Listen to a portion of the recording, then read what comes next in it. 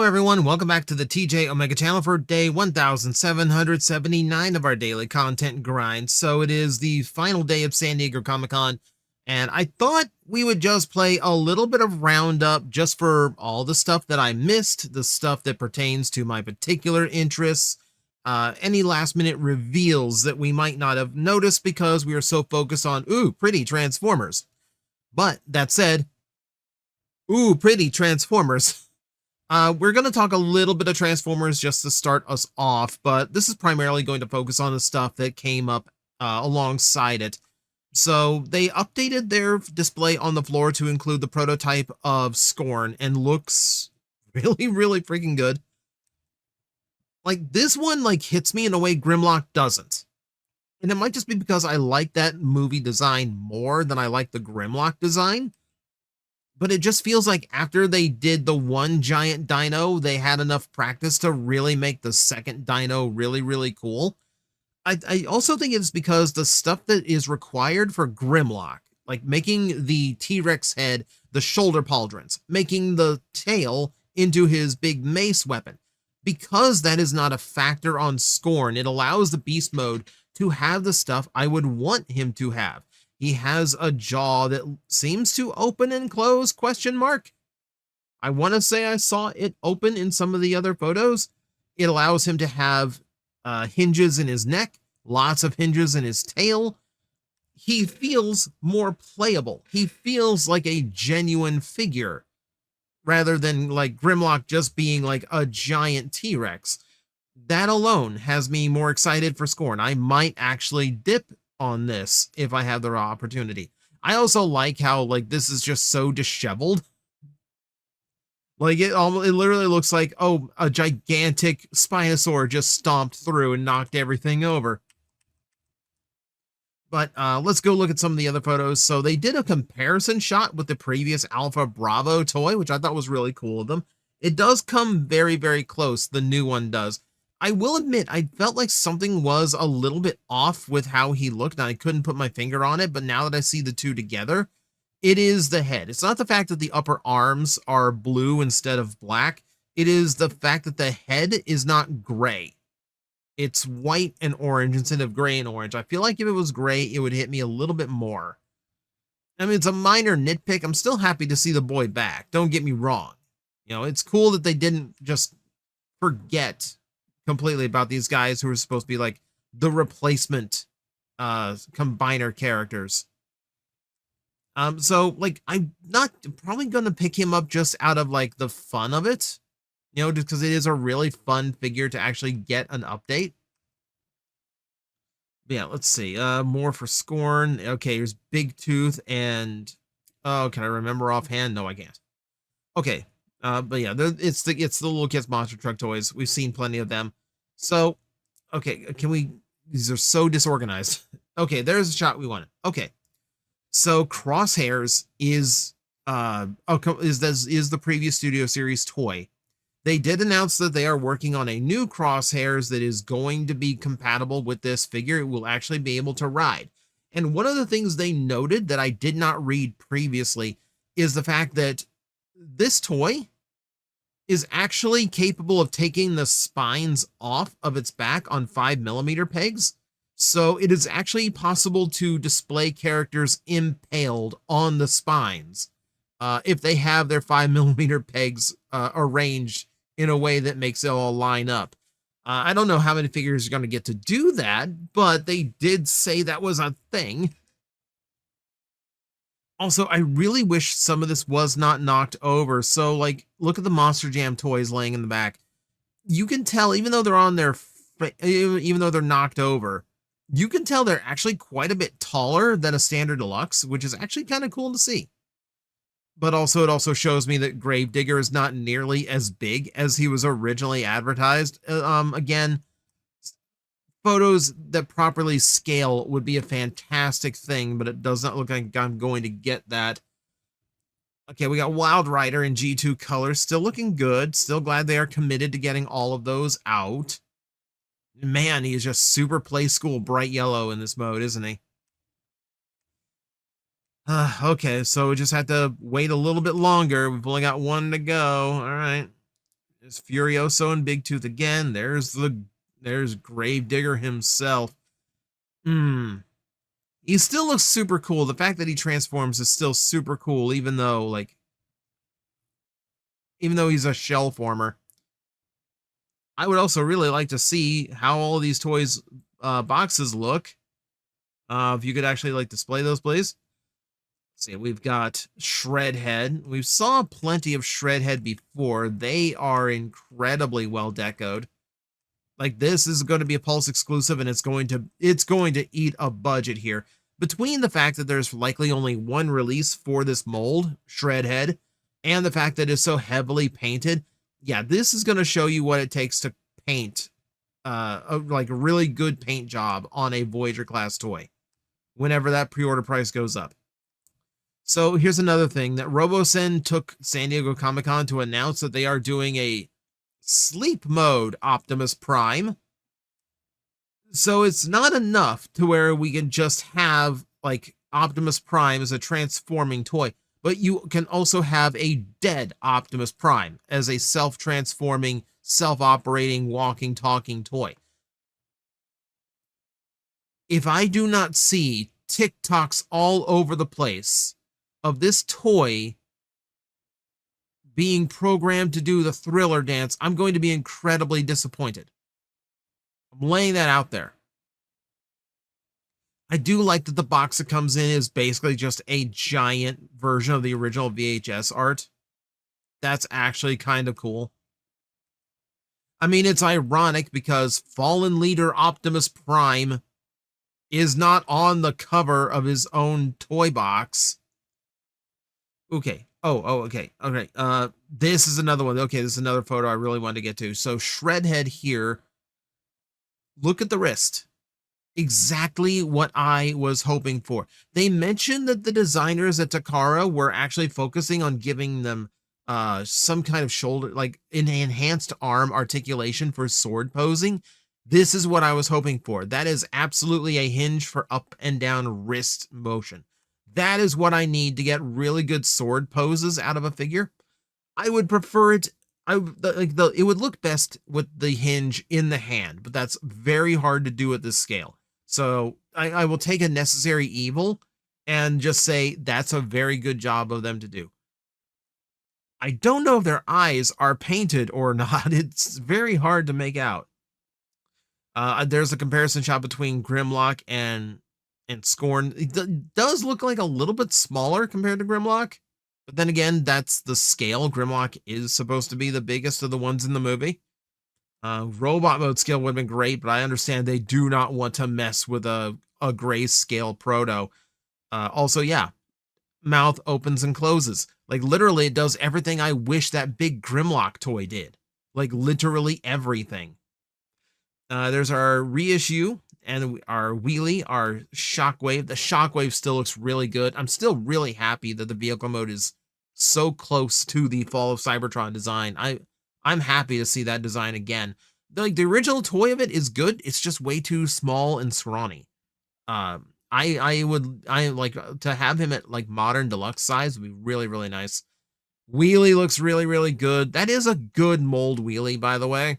If you didn't pick up the retro one, if you waited for this one to come out, you're in for a treat. It's a good figure. Let's see who else. Okay, another shot of Shockwave. I want to say Shockwave is close to the end of these slides. Yeah, Wheelie looking good too. Wheelie looking really good. Oh no, we've lost the helicopters. Okay, I think that's cycling around again.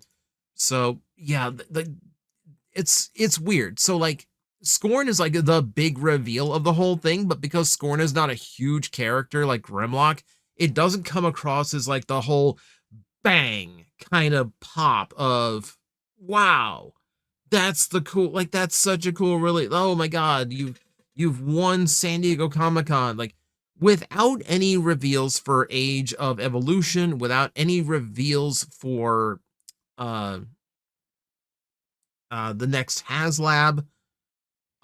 Without any of that, without any updates on upcoming stuff whatsoever outside of this, it really does feel like it's missing the big reveal type thing. I don't think Scorn quite hits the nail.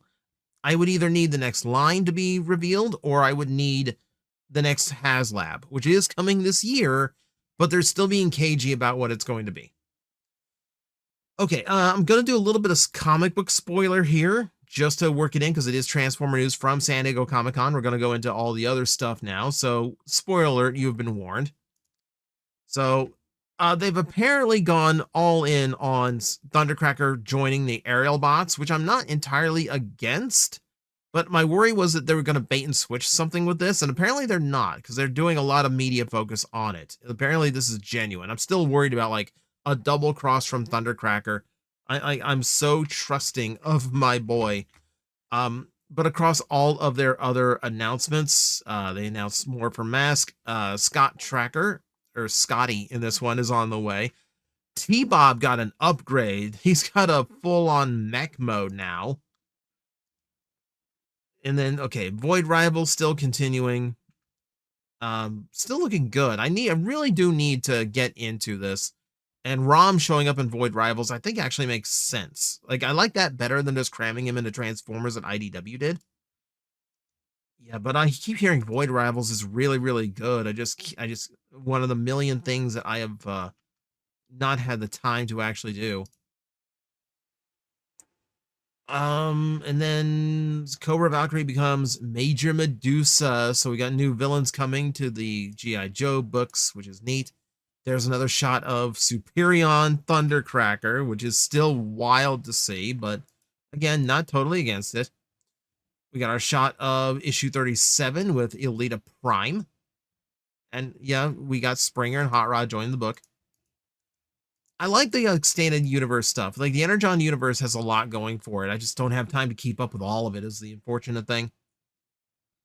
All right, let's take a look at some of the others. So, figure arts wise, nothing really caught my eye. I was actually kind of disappointed that with like a Western push, Kamen Rider had no presence at San Diego Comic-Con that I could find. This caught my eye. We are getting an entire run of brand new sculpts for the Dragon Ball Z figure arts. And you'll notice they are all new tooling. Like, not only in just like basic sculpt, but like even in like level of engineering. Like, the way the hips are done on these is not how like my last run of figure arts for Dragon Ball actually went. Which is actually cool to see, because they've been running off the same molds forever. So brand new sculpts and brand new engineering is actually pretty welcome. They do look really good. I mean, I can't take that away from them. Like, Bandai has done really, really good at getting Dragon Ball characters rendered in 3D. I mean, there's some others they did. There's some Naruto announced. There's some My Hero with our Dark Deku, who actually kind of looks sick. And then Frieza Full Power. And this is where it's the beaten up version of him. I am very disappointed that this is what he is. I would have been more interested if it was possible to slice him in half some way, like interchangeable parts. Like, here you go. Here's chunks of Frieza. You know, and then there's the old Goku. I want to say might still be based on the original Buck. I can't remember. I don't recall. It's been a while since I had one of these, so I can't quite recall it. Still neat to see. That one caught my eye. This was announced, and this is kind of wild. So, as a made-to-order, we are getting the Sentinel from Marvel vs. Capcom 2, which is an incredible-looking version of the Sentinel. I do really like the look. I don't know if it's enough to get me to drop $100 on a Marvel toy. I don't do many Marvel figures.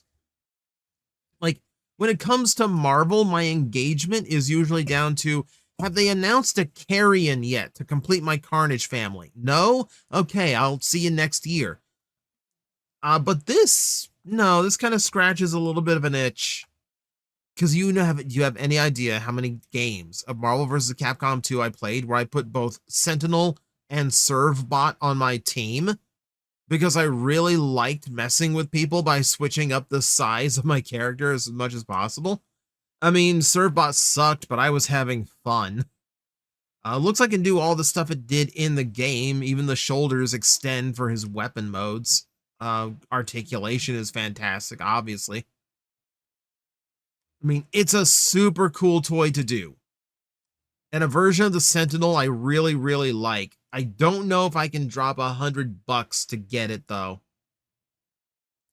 Man, I like that is a hard debate. That's a hard debate. It's really cool that they're doing it though. Here's one that hit my cartoon nostalgia: Cops figures, which apparently are in production with Big Bad Toy Store, because they're yeah, it's part of their Big Bad Workshop selection. So we got Bulletproof, Long Arm, and Dr. Bad Vibes. It's wild to see these characters come back. It's been a hot minute since they had any attention. And also completely forgot that like Long Arm, when he's just rendered like this, is literally just a toy of a cop. That's it. His gimmick is he's Bionic Commando, essentially. Like it's just a big extendable like like claw gadget. But it's neat to see, and they actually look like they are very well done. See if I can get one of the picture. Like, is that cloth goods on? There's no good photos of it. What are you doing? There's no good photos of the Bulletproof. Boo! Good photos of Dr. Bad Vibes. That's really well done. Oh well, was anything else in this? Like the tick stuff is funny. Like that's already out. Like you can already order that from Big Bad. Also, I do want to point out that is not radioactive Tick. Tick was not radioactive at any point in the cartoon. That is snot Tick. That is snot Tick. You just don't want to put snot on your toy. But no, like the fact we're getting a whole Tick toy line, like it's kind of cool. Okay, there's Barry Hubris, the other Tick. Multiple Santa, which is a funny throwback. I see Arthur back there. Who's holding the gun? They're okay. The photographer here is killing me because they aren't taking photos all the way around on a lot of this stuff. So I'm only getting like half a picture. Oh, is that Arthur's girlfriend? Is that Camilla? No, it's not. They're wearing purple. It's Chairface Chippendale. It's the main villain. Show me Chairface. And then you're gonna show me Chairface. They're not. Ugh. Boo. Hiss. Moan. Okay. Tell me when you're making the man-eating cow, and then we'll come back to you.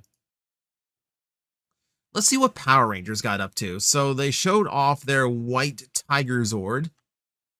Which, okay, I would like to see it out of package in robot mode, but I guess I'll take a guess at how it's going to turn out with this super tiny picture. He's very bow-legged in that picture, so I hope you fix that. He does look like rather wide for a Tiger Zord, so I don't know if he's mistransformed or what, but cool to see nonetheless. Nice to see the line is continuing. I'm not the biggest fan of how the originals turned out, but we'll see how the Tiger Zord turns out. White Ranger, again, the Automorphin line continues. We get a little brief look at what they're doing with Zeo, which seems like Zeo is skipping the whole like head flip thing completely, which I think is for the best. I think it's only like I don't think it's that cool of a gimmick in 2026 to just make an inferior figure with. I would much rather just have the really nice toys. I wish they did show off a really nice toy. But first, they made some announcements. So we are getting figures for Power Rangers Zeo, Dino Thunder, and Wild Force. They know we want figures from other realms of Power Rangers, so that is what we are getting. This is the Unlimited Collection. See, 1/12 scale collector figure, so 6-inch. 22 points of articulation, super detailed Teen Ranger heads, multiple accessories, logo display stand. It basically sounds like they're doing what Lightning Collection did, but hopefully a little bit better than Lightning Collection did. And they're starting with Zeo. So, okay, not a bad attempt. Like, I have seen a worse version of Jason. But no, it looks really, really nice. And you know the noteworthy thing? You remember the chaos that went down when Bandai did their version of the Gold Ranger and the chest armor was just kind of like flat, dull yellow? Gold. proper gold, looking really, really good. Yeah, see, that's just a really nice gold Ranger. I wish they had the helmeted version out as well. Yeah, 20 bucks for a 6-inch figure in $2026 is not bad in the least. This literally might just be exactly what we were asking for before, and they were just being really weird about giving it to us. He's got the Energon hips, though. So he's got the forward hinged hips that I don't like. But we'll see how it turns out. I am willing to give this a shot.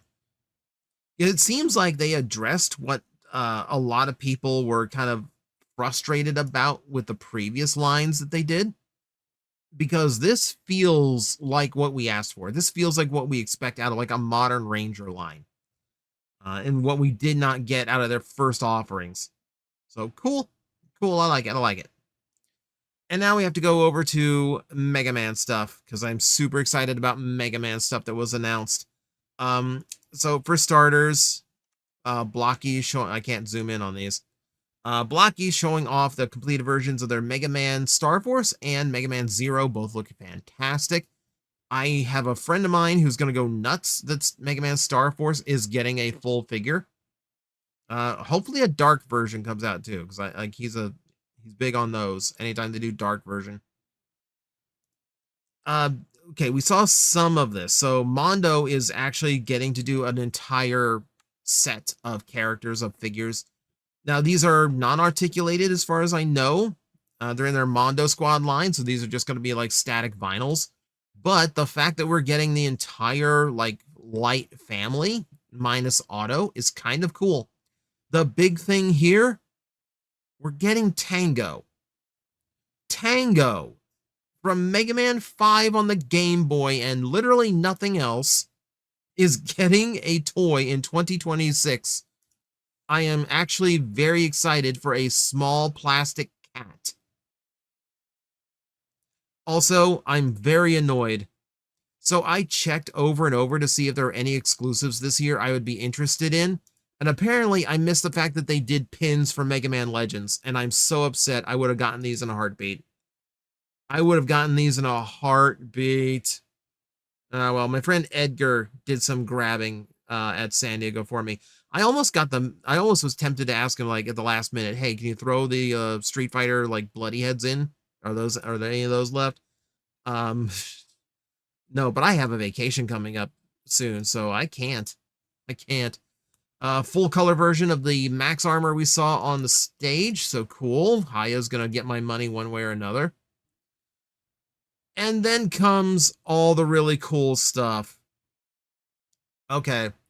So they announced a comic book for not only Mega Man X2, which is going to be a 6-issue run, just like their X1 comic, but also Dawn of Sigma. We're getting a one-shot prequel to the Mega Man X timeline, which is I hope there is some difference between Day of Sigma, the little OVA that we got ages ago. This was the big news. So there's a lot of stuff. I'll go to this first. They actually announced a Mega Man Legends comic book run. So it's a mini series.